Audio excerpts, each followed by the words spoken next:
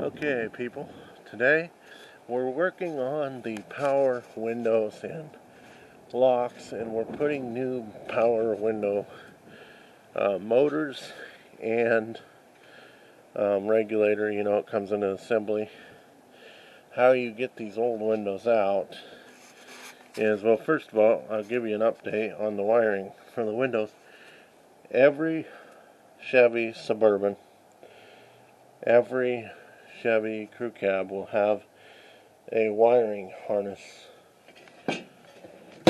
that you'll need to take out if you're going to transfer windows and locks. It goes all the way over there, all the way to the back doors. I put brand new ends on them and did it the right way and soldered them and everything. Also, this relay right here is for your power locks.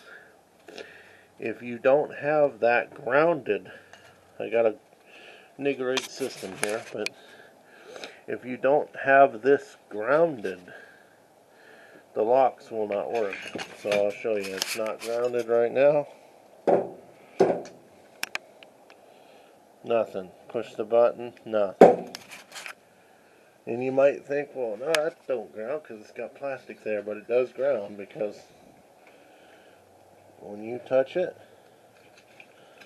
when you touch that, I'll show you.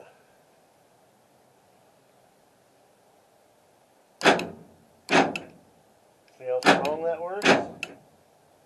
And it works, and you can see it. So, that's what you got to do. You have to have that grounded. And then locks will work fine. Now, this harness is out of a Suburban, of course, but they also will not lock the back. As you can see, the back locks do not move.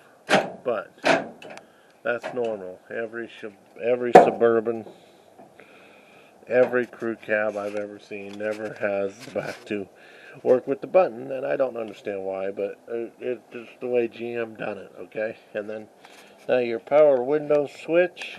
See, first of all, in the harness, they're going to give you a harness. You're already going to have plugs on the harness. I just rewired new ones because the old ones were old and corroded. So they give you 3 wires. One for locks power, one for window power. And as you can see, I just added on to them so I can rig a system here. This is a negative wire. Yeah, I know it's red, but I put negative tape all the way around it so I know it's negative because I didn't have any black 10 gauge tape. So, you just got 3 wires. And those 3 wires are already tied into the whole harness. So all you got to do is take them out of the fuse box or clip them. And then, now, because we're taking windows out, as you can see, we're taking windows out. We took the window out of here, so I'm going to show you how to do that one real quick. But see this power button? See? Power works. Of course, I shouldn't have done that because I'm taking it out. But anyway, your back ones, they work good. There we go. A little slow because they need lubrication. As you can see, we got paint on them, so, and overspray, and that'll stop it from going down faster. But it does a steady go down. Now that thing is going down past where it's supposed to be. It's supposed to go down to about there.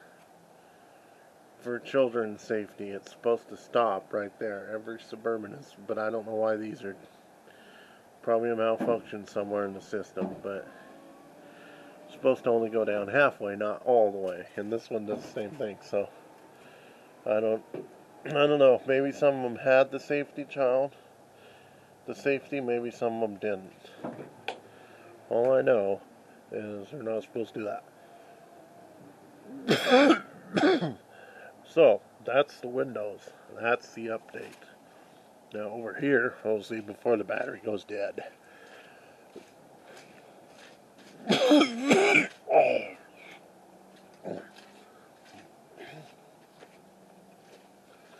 See this?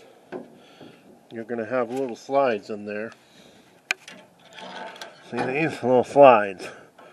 So the more you raise it up, you'll be able to tilt it out here and just slide them off the slides.